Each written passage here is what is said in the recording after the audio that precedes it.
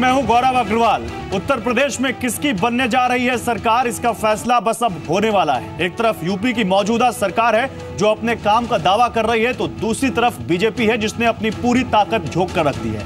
अब सवाल यह है कि यूपी की जीत का फॉर्मूला आखिर है क्या, किसके पास कोर वोट बैंक है जो सत्ता दिला सकता है, क्योंकि यूपी की पूरी बैटल इसी पर आकर टिक गई है कि कौन किसके कोर वोट बैंक में सेंधमारी करता है। एक दूसरा सवाल यह भी है कि बीजेपी ने बनारस को अपना सेंट्रल पॉइंट क्यों बनाया। क्या यह उसकी रणनीति का हिस्सा है कि प्रधानमंत्री नरेंद्र मोदी को खुद रोड शो करने के लिए उतरना पड़ा।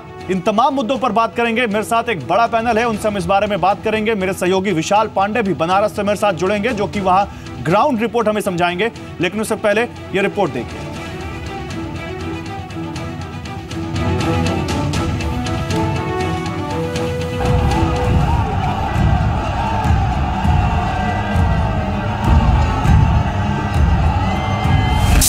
अच्छे दिन के बहाने वोट तो ले लिया, लेकिन सरकार में पहुंच करके कोई मदद नहीं की। काम करेंगे, हम तुम्हारी मदद करने आए हैं।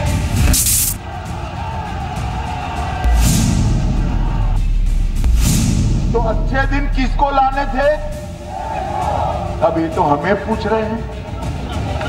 उल्टा चोर फुटबॉल को डांटे हमें पूछ रहे हैं।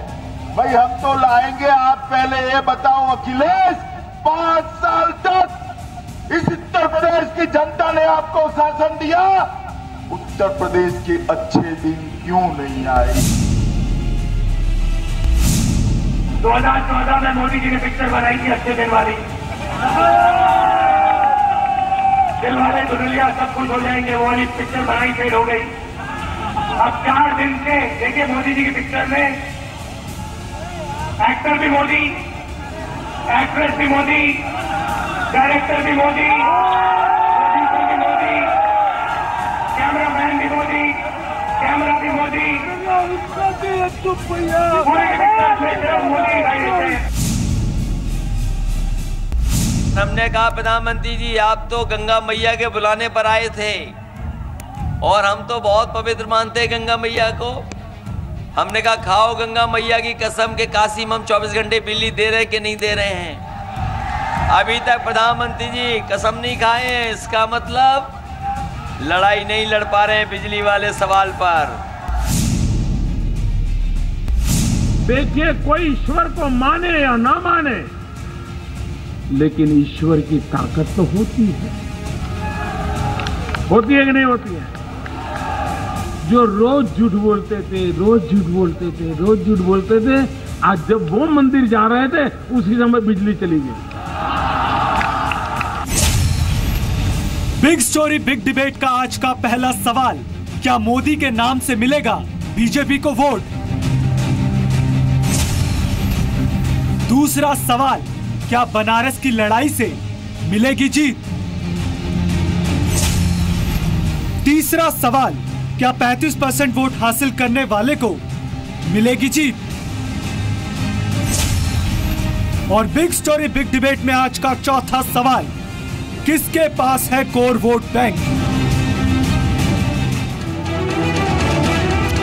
तो रेस 2017 बैटल ऑफ बनारस, इस पर बात करने के लिए मेरे साथ एक बड़ा पैनल है। मेरे साथ बीजेपी के स्पोक्स पर्सन प्रेम शुक्ला है, मेरे साथ नावेद सिद्दीकी हैं, समाजवादी पार्टी के लीडर एंड स्पोक्स पर्सन। मेरे साथ शंभुनाथ शुक्ला जी हैं, सीनियर जर्नलिस्ट हैं और यूपी की पॉलिटिक्स को बहुत अच्छे तरीके से समझते हैं। मेरे साथ आलोक शर्मा है, कांग्रेस के प्रवक्ता हैं। मेरे साथ जितेंद्र त्रिपाठी हैं, बीएसपी लीडर लखनऊ से। और मेरे साथ मेरे सहयोगी विशाल पांडे गंगा किनारे बनारस से इस वक्त मेरे साथ जुड़ रहे हैं। तो सबसे पहले जरा गंगा किनारे ही चलते हैं, विशाल का रुख करते हैं। विशाल, प्रचार तो खत्म हो गया और अब केवल आखिरी चरण की वोटिंग बची है, लेकिन उससे पहले जो हमने बनारस में देखा, कहते हैं रंग बनारसिया, ये जंग बनारसिया देखी हमने। और जिस तरह से वहां पर प्रधानमंत्री 3 दिन रोड शो करने पहुंचे और एक के बाद एक हर पार्टी ने जैसे अपनी पूरी ताकत झोंक दी है वहां पर। आप इस वक्त खड़े हैं बनारस में और गंगा आपके पीछे हमें दिख रही है, जरा बताइए आपने क्या देखा और इस वक्त क्या माहौल है बनारस का। देखिए गौरव, मैं पिछले कई महीनों से यूपी चुनाव को कवर कर रहा हूं और जब बनारस पहुंचा तो यहां का जो सियासी संग्राम था वो बिल्कुल ही अलग था, क्योंकि यहां बनारस में आने के बाद ये पता चला कि हर पार्टी की वार पलटवार की रणनीति पहले से ही तैयार हो चुकी है। अगर प्रधानमंत्री अखिलेश यादव पर कुछ बोलेंगे तो अखिलेश यादव क्या बोलेंगे इसकी तैयारी है। अगर अखिलेश यादव कोई आरोप बीजेपी पर लगाते हैं तो बीजेपी क्या जवाब देगी इसकी पूरी तैयारी थी। तो यानी आप ये कह सकते हैं बिजली से शुरुआत हुई, उसके बाद कचौड़ी पकौड़ी जलेबी से लेकर फिर बिजली पर आकर बात अटक गई और उसके बाद से लगातार एक दूसरे पर वार पलटवार हो रहा है, आंकड़ों का सहारा लिया जा रहा है। तो ये कह सकते हैं कि बनारस में यहां पर सबकी प्रतिष्ठा दांव पर लगी है। अगर हम सबसे पहले भारतीय जनता पार्टी की बात करें तो शहर की तीनों सीटें बीजेपी के पास थी 2012 में और वो शहर की तीनों सीटें बीजेपी अपने पास बचाए रखना चाहती है। और बीजेपी के सामने चुनौती ये आई कि उनके जो 7 बार के सिटिंग एमएलए थे श्यामदेव दादा, उनका टिकट बीजेपी ने काट दिया, जिसके बाद से कल उनकी नाराजगी भी देखने को मिली। तो इसलिए खुद प्रधानमंत्री नरेंद्र मोदी को मोर्चा संभालना पड़ा, दादा को मनाना पड़ा, वो उनको अपने साथ काशी विश्वनाथ मंदिर दर्शन करने के लिए ले गए।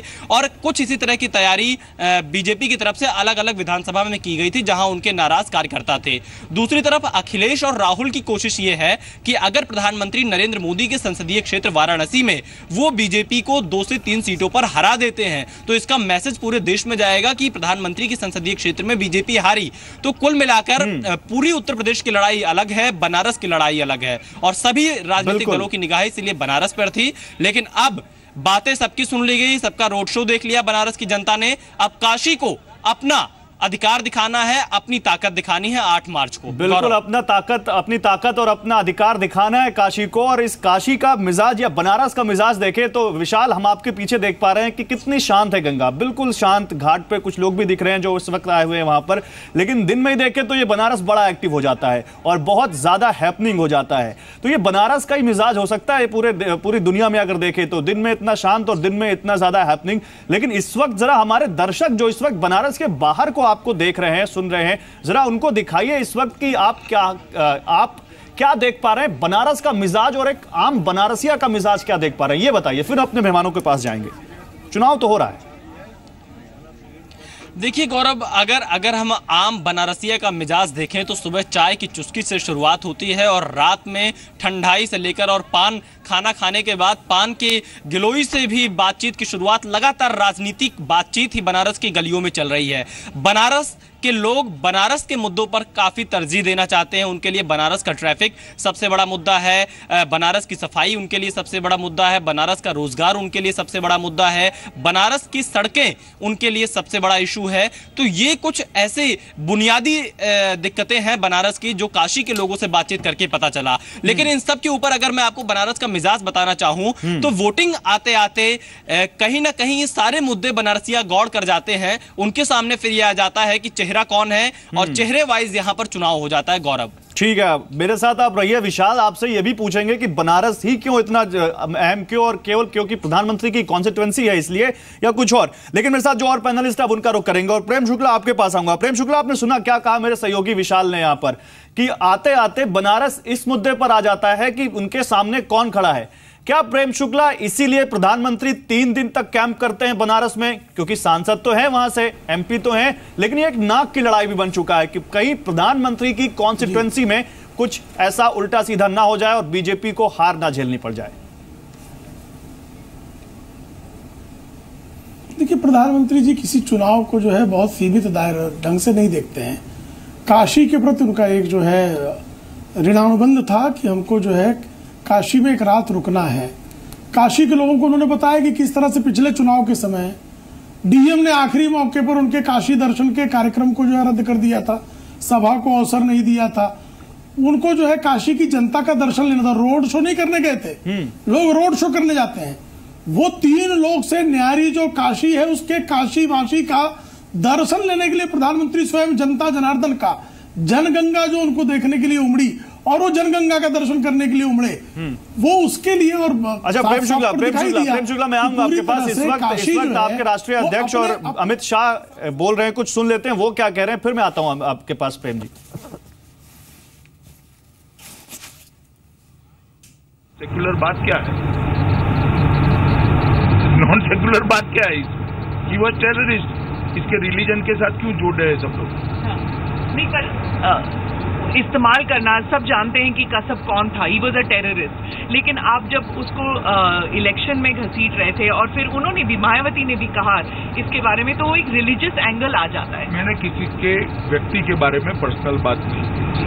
आप मायावती के बारे में about her you have the same amount of respect जितना मोदी जी ने कहा है या फिर आपके बाकी कोलीग्स ने कहा है। ये क्या सिर्फ एक राजनीतिक लड़ाई थी, व्यक्तिगत?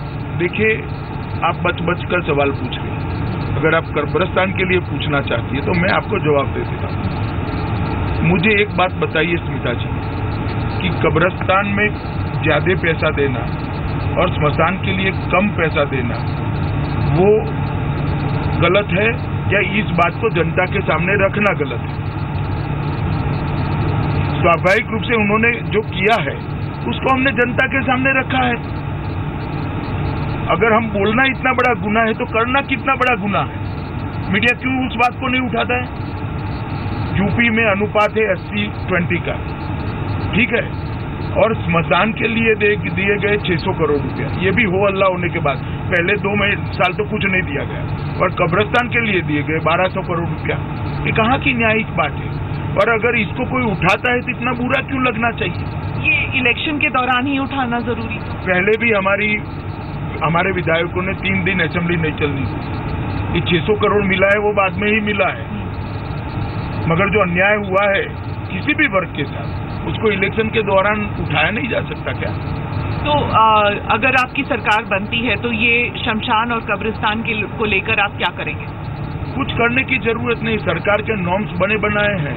वोट बैंक की राजनीति न करे तो सरकार ठीक ही चलती है, और हम कोई पहली सरकार नहीं बनाने जा रहे हैं। इस देश में 10 सरकारें हमारी चल रही है, 14 सरकारों में हम हिस्सेदार हैं, 4 सरकारों में हिस्सेदार हैं।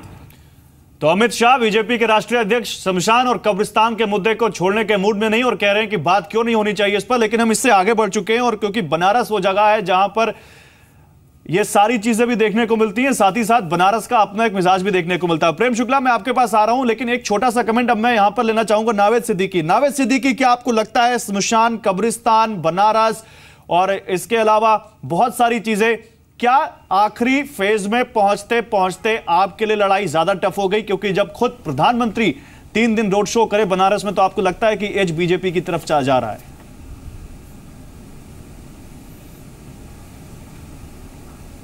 गौरव भाई, आपने बहुत खूबसूरत आज मुद्दा उठाया है, और बहुत अच्छी बात है, क्योंकि पिछले कई दिनों से ये चीज चल रही है। तो मैं यही कहूंगा कि एक बड़ा हसीन शेर है जो काशी के लोग कह रहे हैं कि कुछ इस तरह से मेरे साथ बेवफाई की, कुछ इस तरह से मेरे साथ बेवफाई की कि तेरे बाद कोई और बेवफा न लगा। तो आज काशी के लोग जो हैं, ये एक खास शख्सियत है उनके लिए, ये लोग कह रहे हैं वहां के। और देखिए, रोड शो अभी आप ही ने कहा कि आज ये तीसरा दिन था, तो पार्ट 1 पार्ट 2 हम लोग फिल्मों में सुनते थे गौरव भाई। फिल्में जो बन रही थी बॉलीवुड में, वो होती थी कि चलिए अब पार्ट 2 लेकिन ये लड़ाई फिल्मी नहीं है, हम देख रहे हैं, लेकिन ये लड़ाई फिल्मी नहीं है, और वो भी हिंदुस्तान, ये लड़ाई जमीन पे लड़ी जा रही है। क्या आपको लगता है कि इस लड़ाई में प्रधानमंत्री के उतरने के बाद कहीं कुछ कमजोर पड़ रहे हैं आप?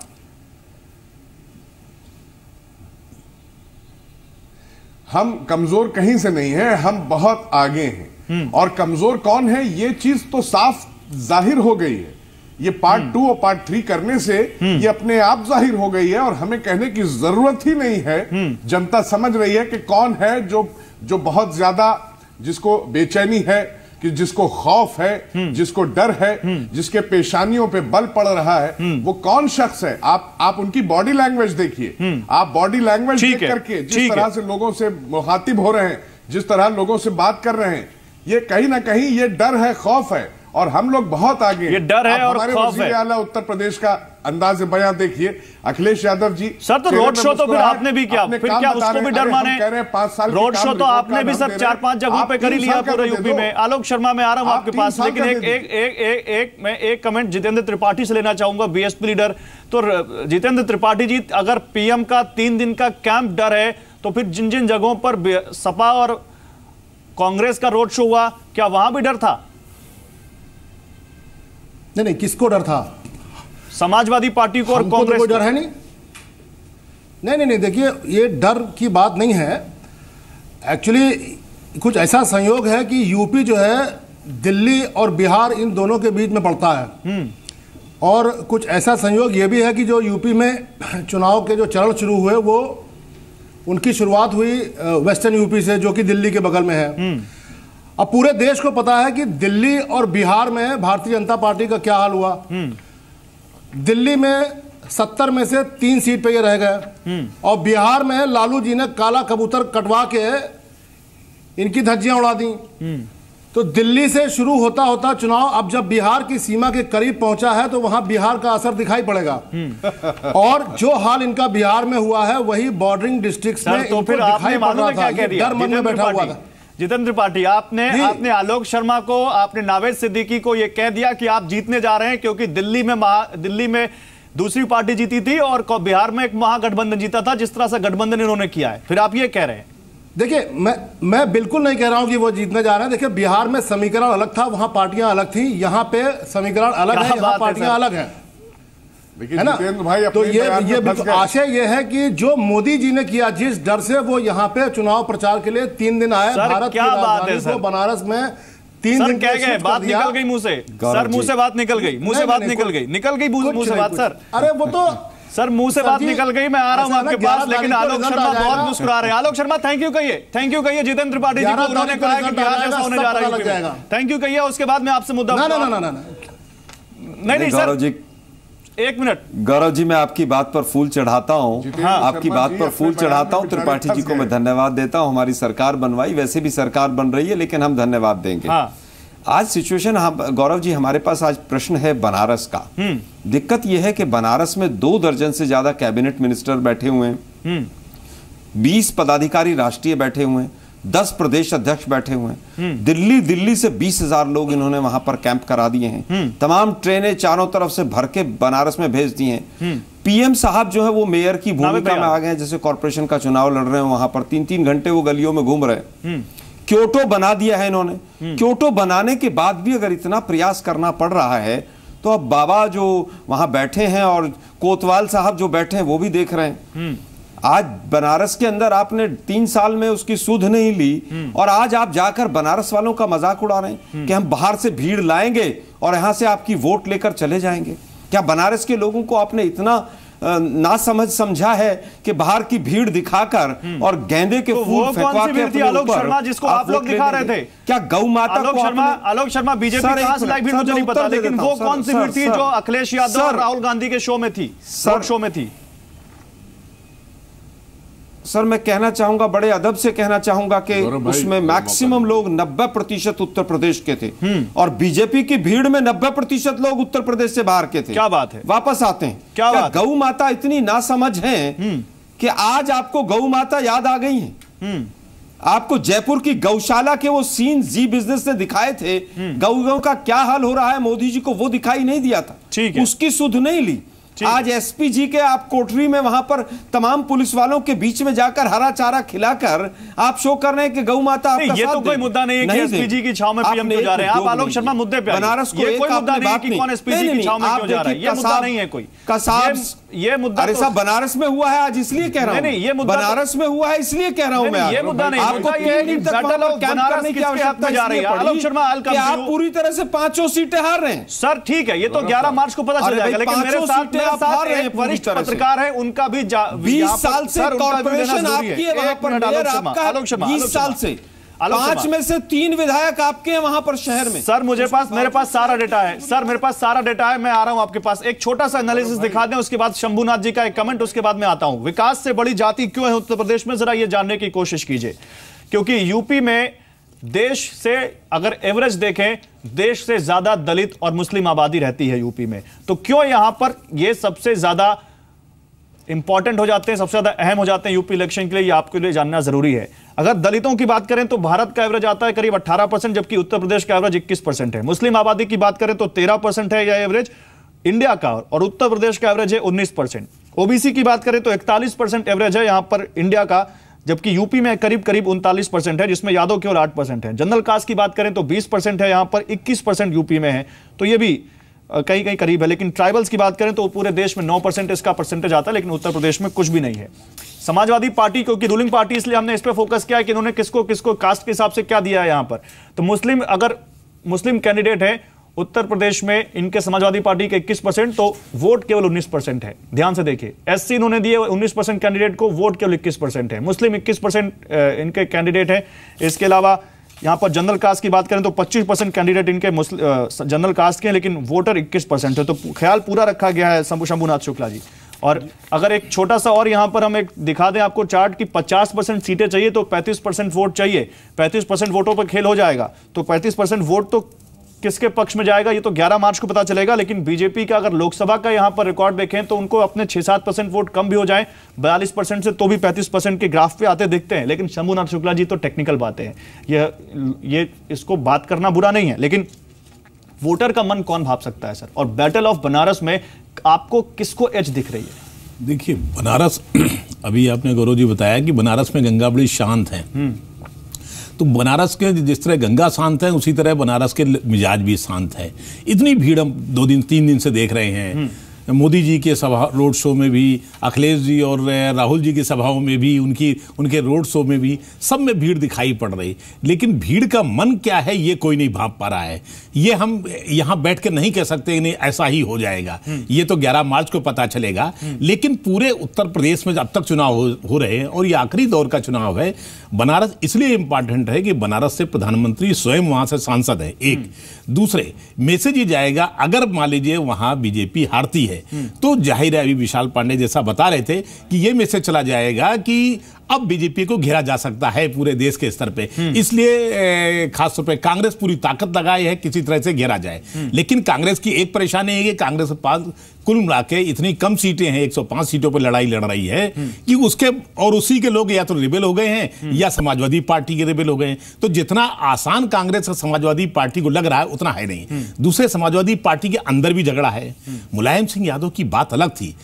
अभी हमने आजमगढ़ का चुनाव देखा है, लोगों ने एक तरह से चाहा कि मुलायम सिंह जी यहां आकर के एक रैली तो करें, लेकिन उन्होंने नहीं की। उनको सिर्फ 2 ही जगह गए, एक लखनऊ में, दूसरा शिवपाल सिंह के यहाँ अपने छोटे भाई के यहाँ जसवंत नगर, बाकी जगह नहीं गए। तो ये हर पार्टी में कहीं ना कहीं भितरघात है, कहीं ना कहीं लड़ाई दिखाई पड़ रही है। इसलिए अभी क्लियर कट कुछ नहीं कहा जा सकता। जहां तक कोर वोट बैंक की बात है तो मायावती जी के साथ दलित है, इसमें कोई शक नहीं। अब मुस्लिम वोट ये कहा जाए एक मुश्त, भले उन्होंने 99 लोगों को टिकट दिए हो कि एक मुश्त उनके पास आएगा, ऐसा कहना असंभव है। एक तो समाजवादी पार्टी और कांग्रेस का गठबंधन। लेकिन मेरा एक छोटा सा सवाल उसके बाद में आ रहा हूं नावेद भाई आपके पास, बनारस इतना अहम क्यों है सर? क्योंकि प्रधानमंत्री की कॉन्स्टिट्यूंसी है जी, इसीलिए प्रधानमंत्री जी की अपना संसदीय क्षेत्र है, आखिरी चुनाव का फेज है, उसमें बनारस सबसे ज्यादा इंपॉर्टेंट है। बनारस में समाजवादी पार्टी और बसपा और प्रधानमंत्री की साख तो दांव पे लग गई। फिर तो बिल्कुल साख तो दांव फिर तो आप लोगों ने प्रधानमंत्री की साख दांव पे लगा दी। बनारस हार गए और अगर यूपी जीत गए तो भी कहीं ना कहीं आपके लिए एक बड़ा सेटबैक होगा। किससे पूछे? प्रेम शुक्ला। नहीं, हम बनारस भी जीतेंगे, यूपी भी जीतेंगे, और ये जीत साफ दिखाई दे रही। इसलिए देखिए, झूठ बोलने वालों के, जो कभी जो है कहा करते थे कि मंदिरों में जाने वाली लड़कियां चिढ़ते हैं, वो नमाज की मुद्रा में ही सही मंदिर में पूजा तो करने लगे हैं। ये दशा तो सही हो गई है। और उनके जाते समय बिजली गुल हो जाती है। गंगा जी निर्मल होनी चाहिए, ये कसम खाते हैं। और मोहम्मद आजम खान गंगा जी की किसी भी सफाई अभियान की फाइल को एनओसी न मिला, इसका कागज उमा भारती जी ने पेश किया, तो गंगा जी को साफ नहीं करने देंगे। और झूठ बोलने वालों का झूठ एक्सपोज बनारस में हो रहा है। और ये देखकर प्रधानमंत्री महोदय ने आपने भी झूठ बोला और बीजेपी के प्रवक्ता भी झूठ बोल दिखाई दे रही है।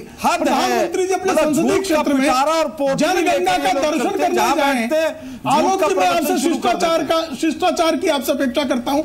फिर आप शिष्टाचार, मैं आपके बीच में नहीं बोला, कृपा करके ना बोले, वरना मैं कुछ बोल दूं आप उठ के भाग जाएंगे। अखिलेश जी और राहुल जी वहां पर मंदिर गए और आप जो है थू थू करते हुए भाग जाएंगे। नहीं, ठीक है सर, मैं सच कह दूंगा। आपकी आदत है बिलो द बेल्ट, कृपा करके आप करेंगे और कर सकते हैं, लेकिन उस समय पर कृपा करके अपनी आदत सुधारें को चेक कर।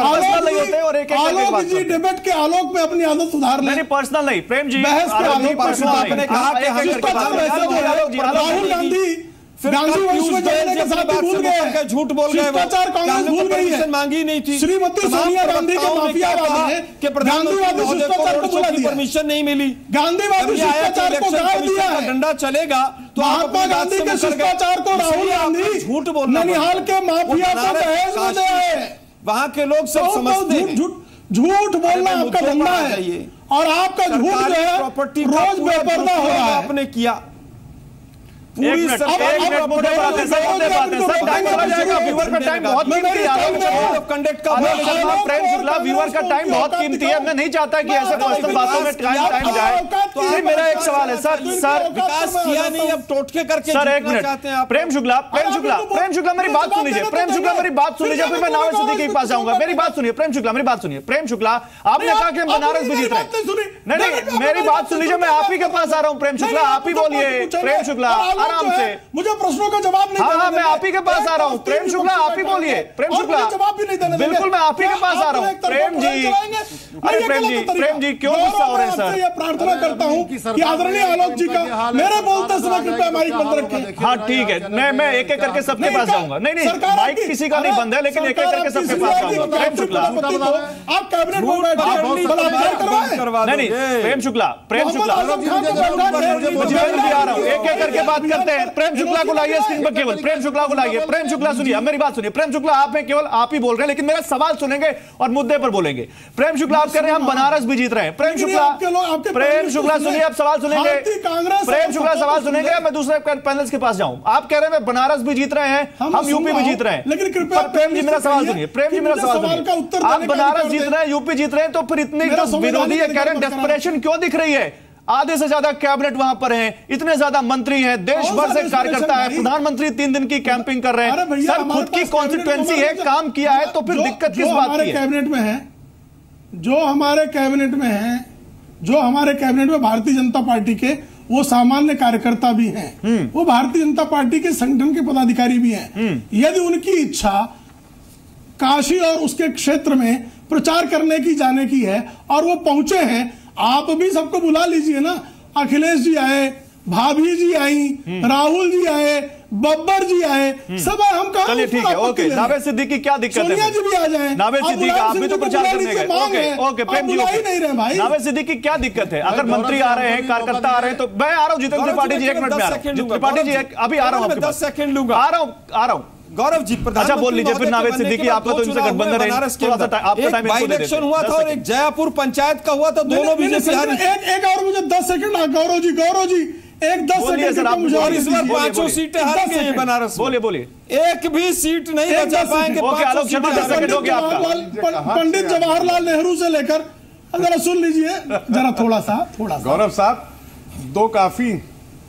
पंडित जवाहरलाल नेहरू से नरसिंह राव तक मैंने कांग्रेस के तमाम प्रधानमंत्रियों को चुनाव सभाएं करते देखी। इन लोगों को जो है ना डॉक्टर अब नावेद जी को लाइए। ओके अब नावेद जी हड़ताल के बाद आज मोदी जी, ओके प्रेम शुक्ला, ओके अब नावेद जी को लाइए। अब नावेद जी को ऐसे तो बात नहीं हो पाएगी। नावेद भाई, केवल आपकी आवाज आ रही है और किसी की आवाज अब ऑन एयर नहीं जा रही है। नावेद भाई, जो आपने सुना प्रेम शुक्ला ने क्या कहा, वो कह रहे हैं कि आप भी जा रहे हैं, अखिलेश यादव भी जा रहे हैं, डिंपल यादव भी जा रही हैं, तो प्रधानमंत्री पर आप लोगों को इतनी दिक्कत क्यों हो रही है अगर वो अपनी कॉन्स्टिट्यूएंसी में बीजेपी के लिए वोट मांग रहे हैं? आज तक क्या इससे पहले किसी प्रधानमंत्री ने वोट नहीं मांगा क्या?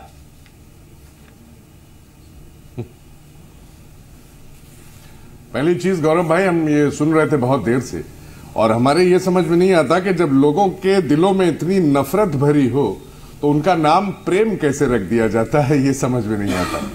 खैर दूसरी चीज ये है कि प्रधानमंत्री, अब आप बोलेंगे तो हम सवाल नहीं आपका जवाब देंगे और उस पर बात निकल जाएगी। शत्रुघ्न सिन्हा साहब ने और शत्रुघ्न सिन्हा साहब ने एक बहुत अच्छी कल बात कही कि ये डेस्परेशन है कहीं ना कहीं, और अगर आपको अपनी जीत का इतना वो भरोसा है कि हम जो है जीत करके आएंगे, फतेह हमारी होगी, तो आप इतना तामझाम क्यों कर रहे हैं? एक केंद्रीय मंत्री और हैं, उन्होंने भी ये बात कही कि प्रधानमंत्री विधानसभा के चुनाव में वोट शो कर रहे हैं। ये अच्छी बात नहीं कि देश का प्रधानमंत्री, हिंदुस्तान की मरकजी हुकूमत का वजीर आजम नरेंद्र मोदी साहब एक गली में घूम रहे हैं विधायकों के लिए।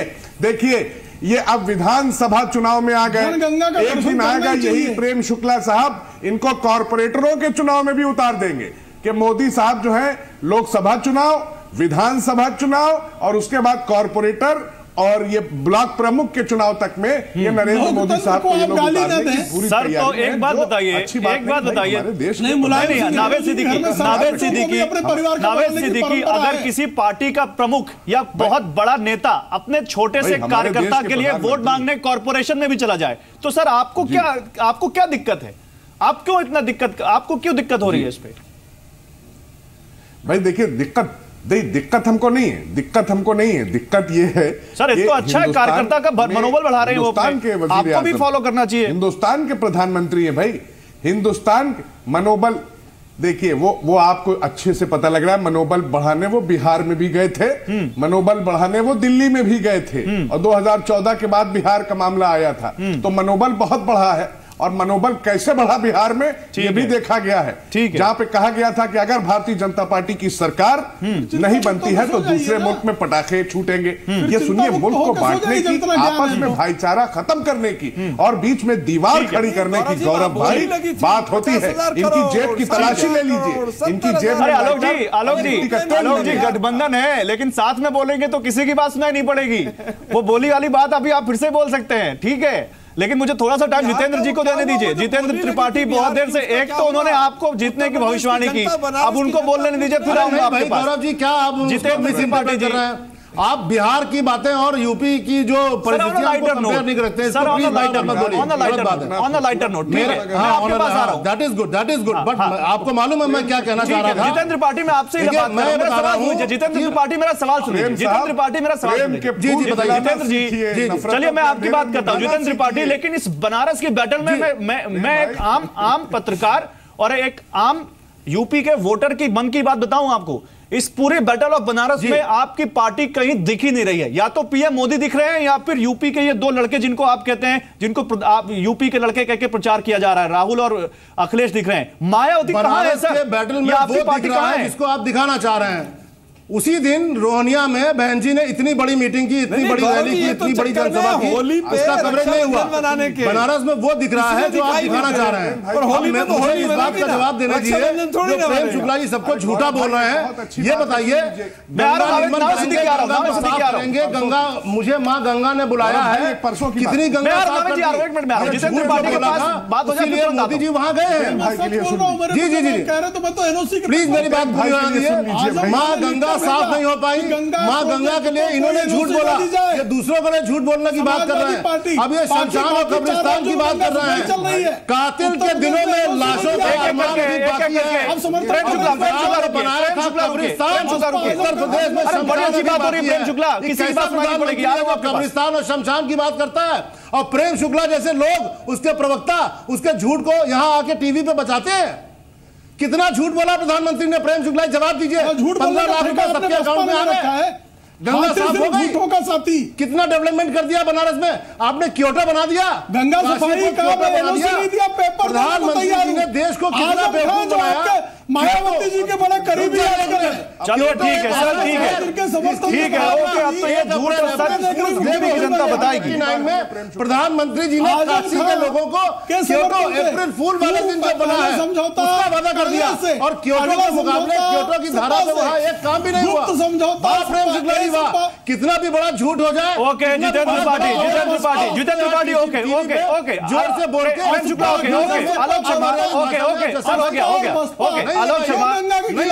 जितेंद्र त्रिपाठी आप झूठ बोलने का आरोप लगा रहे हैं। जितेंद्र त्रिपाठी सुनिए, जितेंद्र त्रिपाठी सुनिए सर सुनिए, बचा ले जाए बहुत मुश्किल है सर। सुनिए मोदी जी की लड़ाई, सर सुनिए, अब मुश्किल तो पता चल जाएगा, 6 फेज हो गए, 7वां फेज हो जाएगा, सब पता चल जाएगा किसके लिए मुश्किल है। लेकिन जितेंद्र त्रिपाठी जिस पर आप झूठ बोलने का आरोप लगा रहे हैं, आलोक शर्मा कह रहे हैं वो होली के दिन आप उनके साथ रक्षाबंधन मनाना चाहते हैं। आलोक शर्मा ऐसा क्यों लग रहा है आपको? फिर गौरव जी आप ये भविष्यवाणी क्यों कर रहे हैं? अगर नहीं वो कह रहे हैं, आलोक शर्मा कह रहे हैं, मैंने वो वाली बात नहीं की, मैं दूसरी बात कह रहा हूँ। जितेंद्र त्रिपाठी में दूसरी बात कह रहा हूँ। और बसपा का जो गठबंधन है ना पर्दे के पीछे का, मैं आ रहा हूं, इस चक्कर में है कि होली के बाद, होली वाले दिन रक्षाबंधन, होली पे तो होली मनेगी, रक्षाबंधन नहीं मनेगा। आपने हार मान ली अपनी, आपकी हार हो गई ना, गठबंधन तभी तो होगा। गौरव भाई हमने नहीं मानी है। अच्छा ये लोग चक्कर में होली को नहीं बनेगा, कोई त्रिशंकु सरकार नहीं आएगी, गठबंधन प्रेम शुक्ला बहन जी की सपा बसपा। ठीक है, नावेद सिद्दीकी आप क्या बोल रहे थे, बोलिए जल्दी से, आप कुछ बोलना चाह रहे थे, फिर मैं आलोक शर्मा आ रहा हूं। देखिए मैं, जितेंद्र भाई ने अभी बहुत अच्छी बातें करी और ये भी इल्जाम भी लगाया, और लगातार हम लोगों के ऊपर इल्जाम लगते रहे कि समाजवादी पार्टी साइकिल पंचर हो गई है और न जाने क्या क्या बहुत कुछ होता है, और आदरणीय बहन जी भी बहुत कुछ बोल रही हैं।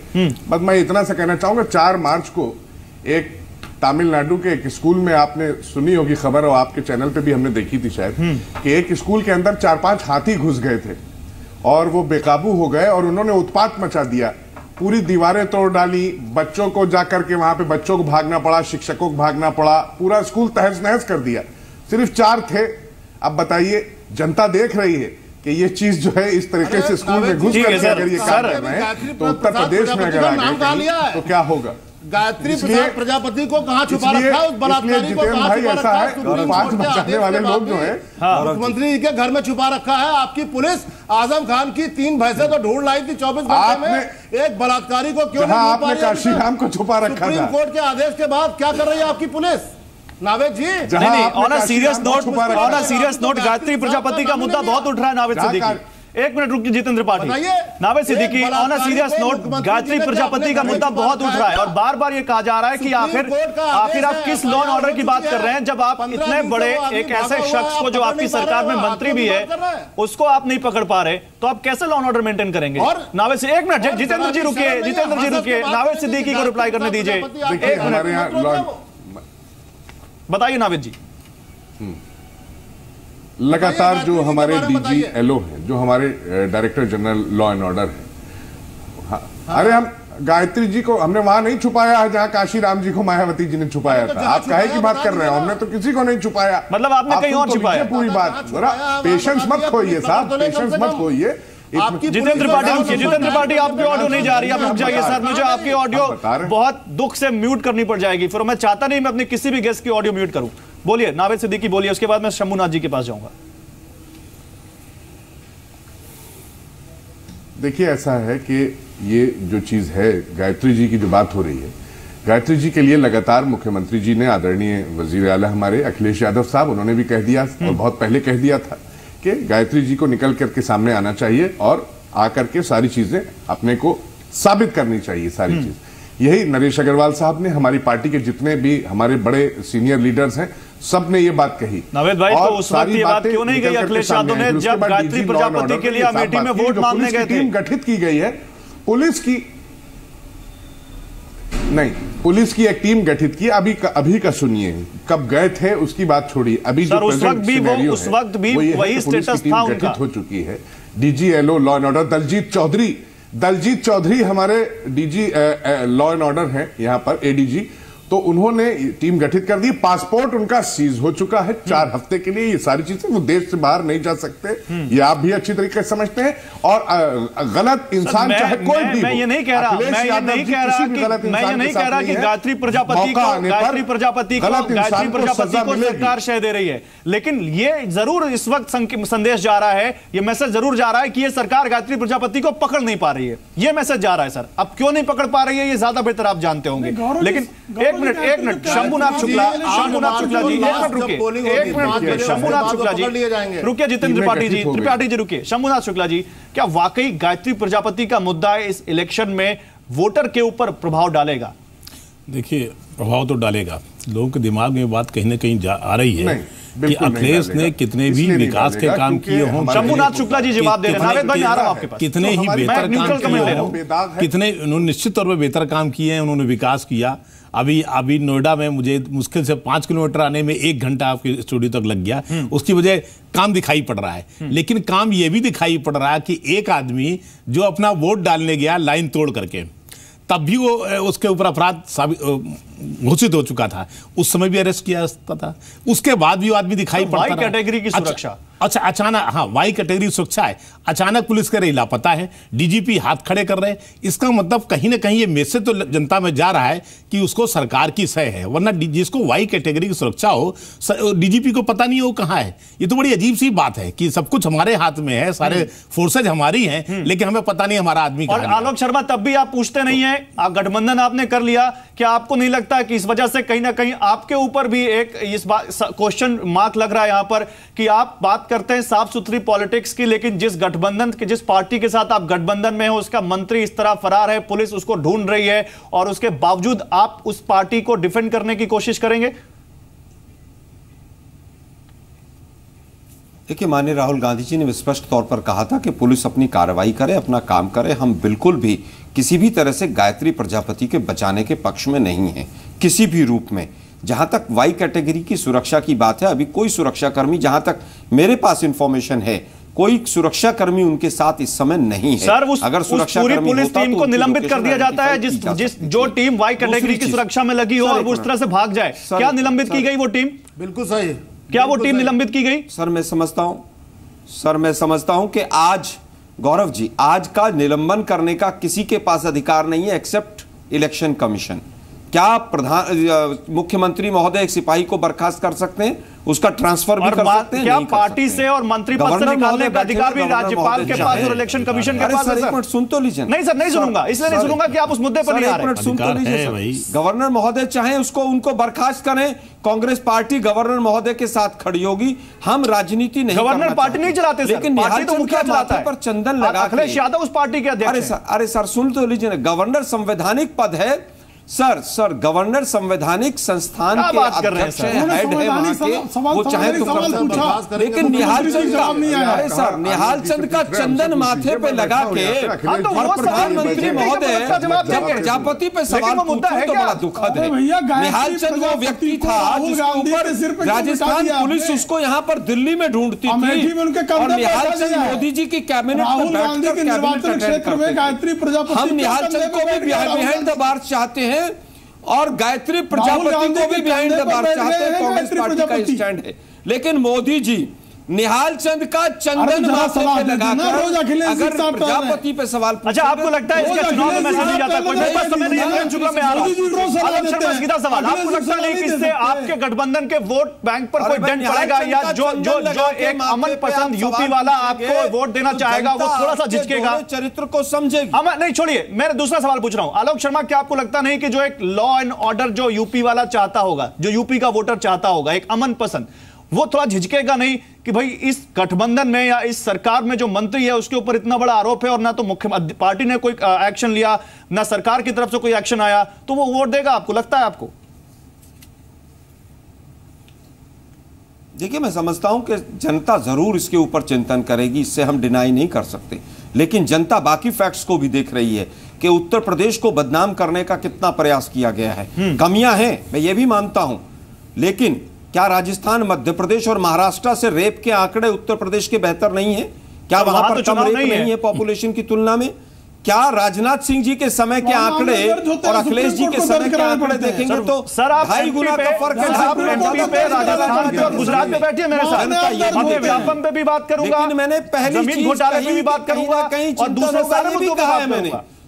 मैं गुजरात के भी घोटालों पे बात करूंगा आपके साथ, लेकिन सर बात मोदी जी कहते हैं कि पहले अखबार 2012 में ये छपता था। अरे भाई, देश के प्रधानमंत्री बने, आपको 3 साल हो गए, आपने कितने लोगों को जेल में भेजा? प्रेम शुक्ला जवाब दीजिए। प्रेम शुक्ला, वाकई बहुत गंभीर सवाल है, जवाब दीजिए। आप बताइए, जमीनों के ऊपर आप बात कर रहे हैं, कितने लोगों को आपने जेल में भेजा?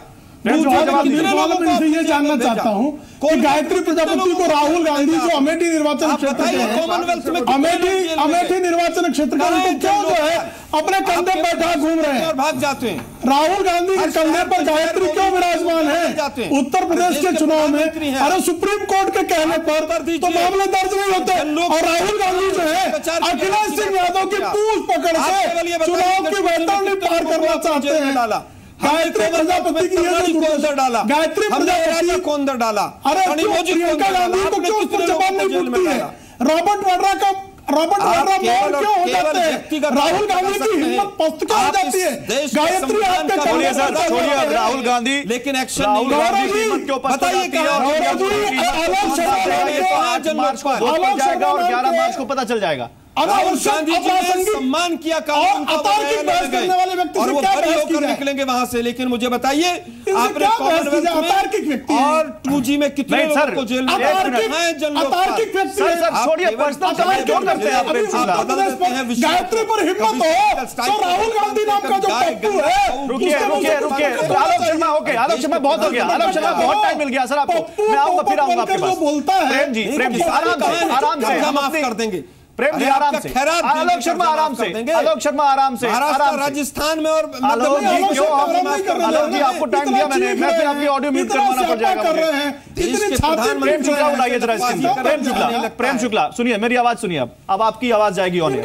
नहीं मेरी सवाल सुनिए प्रेम शुक्ला प्लीज, एक तो पर्सनल कमेंट नहीं करना चाहिए और मैं आपसे रिक्वेस्ट बार बार कर रहा हूं, इसलिए क्योंकि पर्सनल कमेंट हम किसी की पर्सनल बात करना नहीं बैठे। किस पे कर रहा हूं मैं, किस पे कर रहा हूं मैं? वो मोदी जी पर पर्सनल कमेंट किए जाए, वो गुजरात पर बोले जाए, वो मुझ पर बोले जाए और आप मुझे कुछ जवाब दूं तो पर्सनल कमेंट क्या बहस करते हो भाई? मैं आलोक शर्मा की बात कर रहा हूं, मैं आलोक शर्मा की बात कर रहा हूं, सुनिए मेरी बात। अच्छा ठीक है, आप समझ गए, मैं आलोक शर्मा की ही बात कर रहा हूं। हाँ मैं आलोक शर्मा से भी यही कहूंगा कि वो आपसे ना कहें, मेरा सवाल सुन लीजिए। मोदी जी पर व्यक्तिगत टिप्पणी करें, गुजरात पर टिप्पणी अनावश्यक करें, सर अतार्किक करें, मैंने बोला उनसे, मैंने बोला उनसे, प्रेम जी मैंने उनसे बोला आराम से बात करते हैं सर। प्रेम जी मैंने उनसे बोला गुजरात पे, मध्य प्रदेश पे और राजस्थान पे चुनाव होगा तो मैं आऊंगा और मैं उस पर ही बात करूंगा, लेकिन यूपी पर बात करते हैं, मैंने उनसे ये कहा। लेकिन मेरा सवाल सुन लीजिए प्रेम जी, 40 सीटें हैं सर, इस फेज में 40 सीटें चीखते रहते हैं, बहस भी करते हैं। नहीं बिल्कुल, मैं उनसे भी ये बात करूंगा। प्रेम जी 40 सीटें हैं और 3 सीटें, 4 सीटें हैं आपके पास पिछले चुनाव में। क्या ये 4 सीटें प्रधानमंत्री के आने के बाद डबल होंगी, ट्रिपल होंगी? कितनी उम्मीद लगा रहे हैं? बहुगुणित होंगी, 30 से अधिक जाएंगी। लोकसभा चुनाव का ट्रेंड देखें आप, 2014 के लोकसभा चुनाव का ट्रेंड देखें। काशी ने और काशी के क्षेत्र ने आदरणीय मोदी जी के आने के बाद पूरे उत्तर प्रदेश में हम सिर्फ कितनी सीटें थे 48 असेंबली में, 73 हो गए लोकसभा में। तो वो जो चमत्कार है, कदम पर जीतेंगे जनता का जो उनमें विश्वास है, सर आप किस कदम पर जीतेंगे? प्राकट्य काशी में जनगंगा के रूप में प्रकट हो रहा है। किसके दम पे जीतेंगे? हमारे कार्यकर्ताओं का कौशल, हमारे नेतृत्व का बल, हमारी नीतियां और उत्तर प्रदेश में विकास की राजनीति करने का उत्तर प्रदेश वासियों को जो भरोसा। कुछ लोगों के लिए काम करते हैं, सिर्फ अल्पसंख्यक तुष्टीकरण, सिर्फ जाति तुष्टीकरण, सिर्फ धार्मिक, पूरी तरह से धार्मिक टकराव। हम पूरी तरह से जो है वो सबका साथ, सबका विकास, सारी जातियों के लिए, सारे संप्रदायों के लिए, उत्तर प्रदेश के लिए एक सर्व समावेशी जो हमारी नीति है। मैं अब एक यही सवाल जो मैंने पूछा, मैंने इसीलिए पूछा आपसे कि कितनी सीटें जीतेंगे, क्योंकि आप तुरंत लोकसभा के आंकड़े पे पहुंचते हैं। मैं शंभुनाथ जी के पास जाऊंगा। शंभुनाथ जी, क्या वाकई लोकसभा में जिस तरह से वोट शेयर था बीजेपी का, क्या उम्मीद लगाई जा सकती हो? तो कुछ भी सकता है, लेकिन क्या उम्मीद लगाई जा सकती है? और जो एक एनालिसिस हमने दिखाया था कि आपको 35% चाहिए वोट, अगर लोकसभा का देखें तो 42% वोट शेयर है। क्या वाकई प्रधानमंत्री मोदी की लोकप्रियता इतनी है कि 4 सीटें 30 में बदल जाएंगी? देखिए, लोकसभा और विधानसभा के चुनाव में फर्क होता है। लोकसभा में सबको पता था कि मोदी जी चुनाव लड़ रहे हैं और सरकार मोदी जी की बनेगी, यानी प्रधानमंत्री अगुवा जो होंगे सरकार के मुखिया वो स्वयं नरेंद्र मोदी होंगे। लेकिन यहां सबको पता है कि उत्तर प्रदेश में जो चुनाव हो रहे हैं उसमें नरेंद्र मोदी तो मुख्यमंत्री नहीं बनने वाले, और कौन बनेगा ये भी किसी को पता नहीं है। तो ऐसी स्थिति में लोग अब इतने चतुर हो गए हैं कि वोट इसे नहीं दे देंगे क्योंकि यहां मोदी जी रोड शो कर रहे हैं या यहां मोदी जी की प्रतिष्ठा जुड़ी है। यहां आदमी बहुत कुछ अभी लगातार आपके चैनलों में देख रहे हैं, सारी चीजें सोचता है। उसमें महिला सुरक्षा भी है, उसमें विकास भी है, उसमें और तमाम सारे मुद्दे हैं। तो वो जो स्टेट से जुड़े हुए मुद्दे होते हैं, क्योंकि पब्लिक की डायरेक्ट डीलिंग स्टेट मशीनरी से होती है, तो स्टेट से जुड़े हुए मुद्दे इसमें दिखाई पड़ रहे हैं। तो ये जो उत्साह नया दिखाई पड़ा है कि विकास हो, सुरक्षा हो, ये सब चीजें इसमें जुड़ेंगी। इसमें ना तो प्रधानमंत्री नरेंद्र मोदी कहीं जुड़ सकते हैं ना कोई। लेकिन अगर प्रधानमंत्री मोदी वोट मांग रहे हैं बनारस में, तो क्या बनारस का एक आम वोटर क्या केंद्र सरकार के कामकाज को तय करके या उसको अलग नहीं, एनालाइज करके वोट डालेगा या केवल यूपी का ही देखेगा? नहीं, जैसे मैं जहां जहां गया वहां लोगों से बात हुई, कुछ चीजें उन्हें अपील करती है मोदी की, लेकिन इसे नहीं कि इसलिए वो मोदी को वोट दे देंगे या बीजेपी को वोट दे देंगे। वो अपना स्थानीय प्रतिनिधि भी देखते हैं कि हमारा जो प्रत्याशी चुनाव लड़ रहा है उसमें कितना दमखम है, उसका कुल मिला के कैरेक्टर कैसा, वो कैसा है। तो अगर प्रत्याशी में खुद दम नहीं है तो प्रधानमंत्री कुछ तो वोट इधर उधर कर सकते हैं, लेकिन पूरा का पूरा 35% वोट शिफ्ट हो जाए ये नामुमकिन है। ये अपने प्रत्याशी के अपने दम पे ही तय होगा। लेकिन इसमें कोई शक नहीं कि स्वयं नरेंद्र मोदी जी सब जगह दिखाई पड़ते हैं, जहां जहां भी गए लोग नरेंद्र मोदी का नाम लेते हैं, लेकिन नरेंद्र मोदी मुख्यमंत्री नहीं बन सकते, ये भी उनको पता है। ठीक है। अब मैं जितेंद्र त्रिपाठी आपके पास आऊंगा और समय कम है, मैं चाहूंगा 30 सेकंड में अपनी बात पूरी करें। आपने सुना होगा शंभुनाथ शुक्ला जी क्या कह रहे हैं, लेकिन जब मैंने आपसे एक सवाल पूछा था कि बैटल ऑफ बनारस में मायावती क्यों नहीं दिखाई दे रही, तो आपने कहा कि दिखाई नहीं पड़ती, दिखती नहीं है। सर अगर इन सीटों पर भी देखें, मैंने कहा था कि दिखाई वो पड़ता है जिसको आप दिखाते हैं। हाँ ठीक है, ये भी मान लिया सर। तो सर इन सीटों पर भी देखें तो आपको कहां दिखाई पड़ रही है? सर इन 5 सीटें जो आपने पिछले चुनाव में जीती थी, इसके अलावा कहां दिखाई पड़ रही हैं आपको? कहीं दिखाई पड़ रही है मायावती जी? जी ऐसा है, अब देखिए इस बात पे तो कोई बहस नहीं। मैं कहूं कि इतनी सीटें वो अब 11 तारीख बिल्कुल पास में आ रही है, जहां जो हमने मेहनत की है, कार्यकर्ताओं का जो हमारे लिए समर्थन है और बहन जी की जो अथक मेहनत है, वो सब 11 तारीख को आप सबको पूरे देश को दिखाई पड़ेगी। अच्छा, मैं एक सवाल पूछना चाहता हूं, बड़ी ईमानदारी से जवाब दीजिएगा, क्योंकि 9 तारीख के बाद जब से एग्जिट पोल आने शुरू होंगे बातें बहुत बदल जाती हैं। क्या वाकई कोई संभावना है, जितेंद्र त्रिपाठी, क्या कोई वाकई संभावना है कि अगर जरूरत पड़े तो आप बीजेपी से या किसी दूसरे दल से गठबंधन कर सकते हैं? क्योंकि मैं ये रिकॉर्ड करके रखूंगा और 11 तारीख को संभव ही नहीं है। बहन जी ने कह दिया बिल्कुल कैटेगोरिकल, स्पष्ट, साफ, ये बिल्कुल नहीं होगा। नावेद सिद्दीकी एक इशारा कर रहे हैं। नावेद सिद्दीकी क्यों इशारा कर रहे हैं आप? ये रक्षाबंधन। अरे नावेद सिद्दीकी तो ये इशारा इसलिए कर रहे हैं तो खुद साइकिल पे लेके और लंगड़ी लुंगड़ी अपनी गठबंधन चला रहे हैं। करने दिए इनको इशारा, उससे क्या होता है? नहीं तो मतलब मैं रिकॉर्ड करके रख रहा हूं बात। फिर आप मेरे साथ फिर ये दलील मत दीजिएगा कि राजनीति में समय और वक्त के हिसाब से कुछ भी होता है।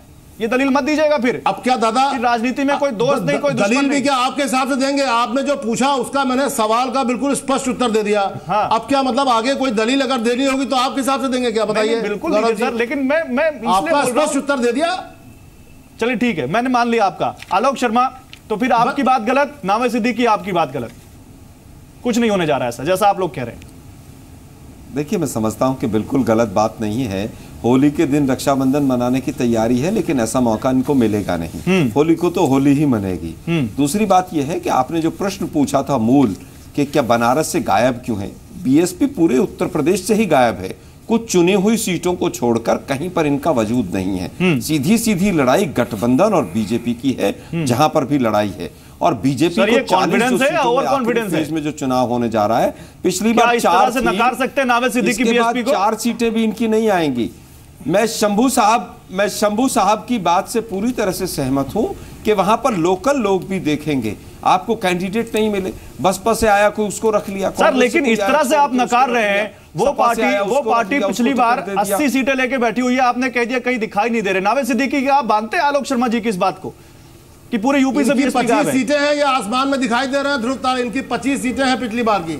नावेद सिद्दीकी, आलोक शर्मा जी, वाह। देखिए, आज की तारीख में गौरव भाई, आज की तारीख में 12 सीटें, आज की तारीख में मैं सिर्फ इतना जानता हूं कि 11 तारीख को जो रिजल्ट आने वाले, चले ठीक है, बेहद ठीक है, ओके, मेरे पास समय बिल्कुल कम है। 11 तारीख को जो रिजल्ट आने वाले हैं, रिकॉर्ड कर लिया जाएगा। जो भविष्यवाणी करने जा रहा है इनका भी रिकॉर्ड कर लीजिए। चलिए सर, रिकॉर्ड कर लिया और ये चीज भी रिकॉर्ड के साथ कि प्रेम जी, बहुत शुक्रिया आप सब लोग आने का। प्रेम जी मुझे थोड़े से खफा दिख रहे हैं। प्रेम जी खफा मत होइए, चलता है बहस में ऐसा। अगली बार आपको मौका देंगे, आप जरूर बोलिएगा। लेकिन फिलहाल कमेंट था सर, होली में बुरा ना मानिए सर, होली आसपास ही, लेकिन 11 तारीख को आपका चेहरा देखेंगे, आपके चेहरे पे दांत दिखाई नहीं देगा। ठीक है, बहुत शुक्रिया सर, बहुत शुक्रिया आप सभी लोगों का, बहुत शुक्रिया हमारे साथ जुड़ने के लिए। तो बैटल ऑफ बनारस वाकई बहुत दिलचस्प हुई है और बहुत दिलचस्प हो गई है। और जब प्रधानमंत्री 3 दिन कैंप करें तो चाहे इंडिया ऑस्ट्रेलिया चल रहा हो और चाहे होली करीब हो, बनारस पे सबकी निगाहें लगी हुई होती है और हमारी भी लगी हुई है और हमें मालूम है कि आपकी भी लगी हुई है, लेकिन जी बिजनेस पर निगाहें लगाए रखिए, क्योंकि चाहे 9 तारीख का एग्जिट पोल हो या 11 को सुबह 7 बजे से सबसे पहले और सबसे सटीक काउंटिंग का आपके तक रिपोर्ट और विश्लेषण सब पहुंचाएंगे हम। फिलहाल दीजिए इजाजत, देखते रहिए big story big debate. #BSBD पर अपना फीडबैक भी देते रहिए। नमस्कार।